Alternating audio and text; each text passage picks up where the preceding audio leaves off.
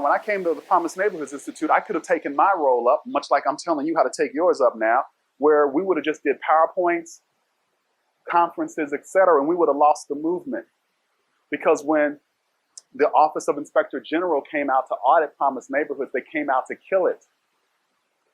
Now here it is, 20 years, folks had said we want large amounts of money, flexible amount of money, and we want to be able to have it over a sustained period of time. We got that victory with Obama, $30 million over 5 years to start creating supports for poor children from cradle to career.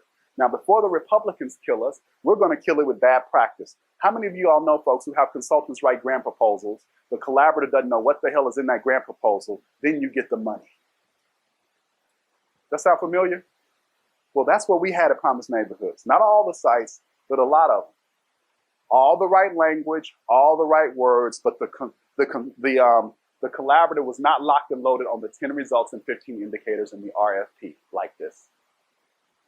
So first step one, we had to institute this discipline. I have no control over the network. Their contractual relationship with the Department of Education.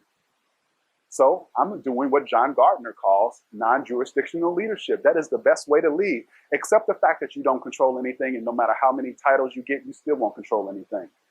The world is a world that we're only as good as the value that we bring. So we started implementing this discipline. We bought the data system for our network so that they could see this results framework. Some folks said great, some said I'm not going to be a part of this.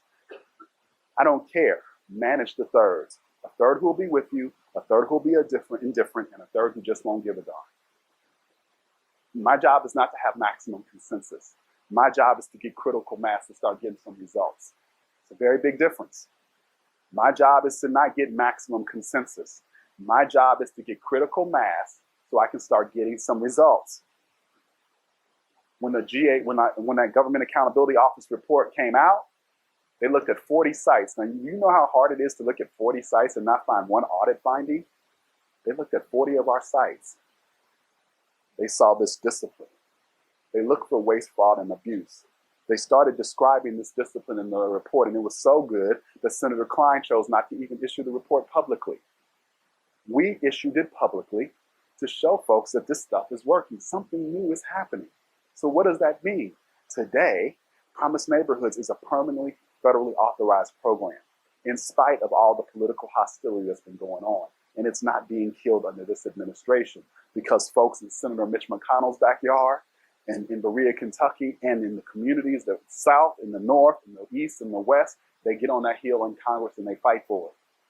So what I'm telling you is, if I had showed up, being afraid to make a network perform, being afraid to say to a network that we've got to bring greater discipline, seeing my role as, well, you know, I don't control them. The only thing I can do is hold conferences and just let them come together and do whatever the hell they want to do. I would have been the biggest culprit in losing billions of dollars for the 14 million children living in concentrated poverty in America. You see my point? Before I get to the sites and before I get to Republicans, it would have been my fault because I knew better. Question is, was I afraid to do the real work? So that's what I'm trying to get you to see here. The exciting thing, why I wanted you to use an example, was to show you we're not talking theoretically.